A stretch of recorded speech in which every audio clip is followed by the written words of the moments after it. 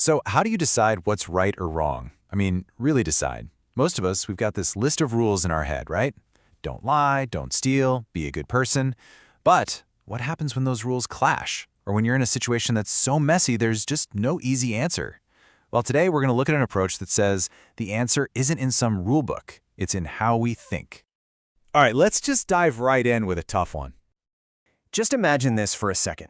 A student, totally broke, steals food, not for himself, but to feed his starving brothers and sisters. So what's your gut reaction? Was that right or was it wrong?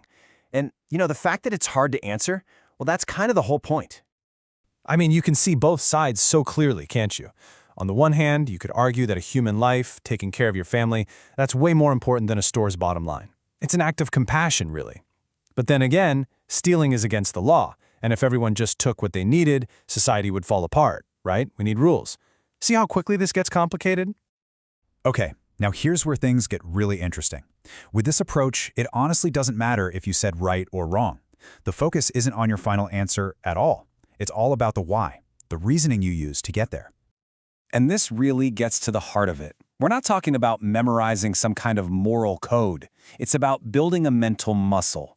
The whole point is to develop a flexible way of thinking, something you can apply to pretty much any ethical challenge life throws at you. This whole idea comes from this really powerful framework that sees our moral thinking not as something that's just fixed, but as something that can actually grow and develop over our lives. It's almost like climbing a ladder to get a better, wider view of the world. The guy behind this idea was a psychologist named Lawrence Kohlberg, and what he suggested was that as we mature, our moral logic progresses. We start out thinking mostly about ourselves, but eventually we can start to think about principles that apply to everyone. So Kohlberg broke this journey down into 3 main levels. First up, you've got the pre-conventional level. This is basically all about me. A little kid might say stealing is wrong simply because you'll get in trouble. Then we grow into the conventional level, where the focus shifts to the group. Your thinking might be, stealing is wrong because it's against the law, and good people follow the rules.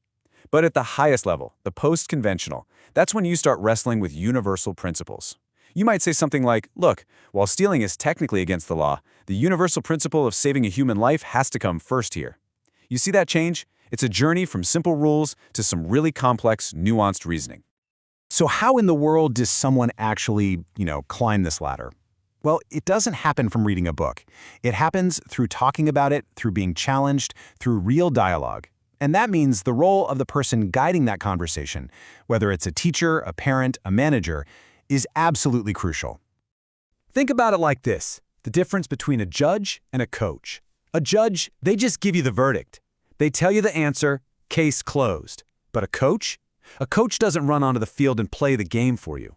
No, a coach asks you questions, helps you see things from a new angle, and pushes you to figure out the best move. In this approach, the guide is a moral coach, not a judge. And that coach has a playbook. It starts with a dilemma, just to get your brain firing. But the magic isn't in getting an answer, it's in asking why.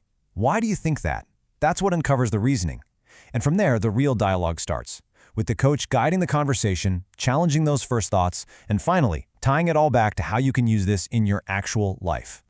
Because the right question, asked at just the right moment, can unlock a completely new way of thinking.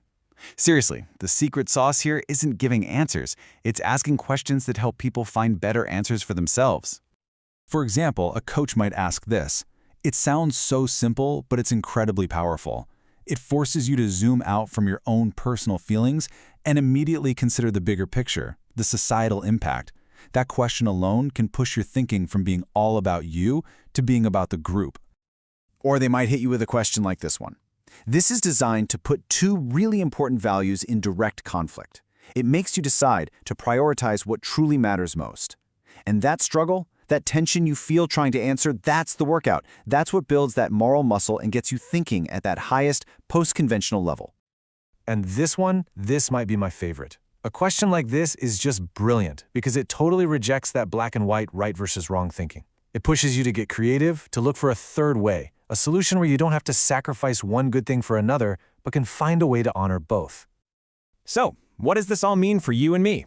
Well, this isn't just some academic theory for a classroom. It is a practical toolkit for navigating the messy, complicated stuff in your own life. It's really all about building and fine-tuning your own internal moral compass.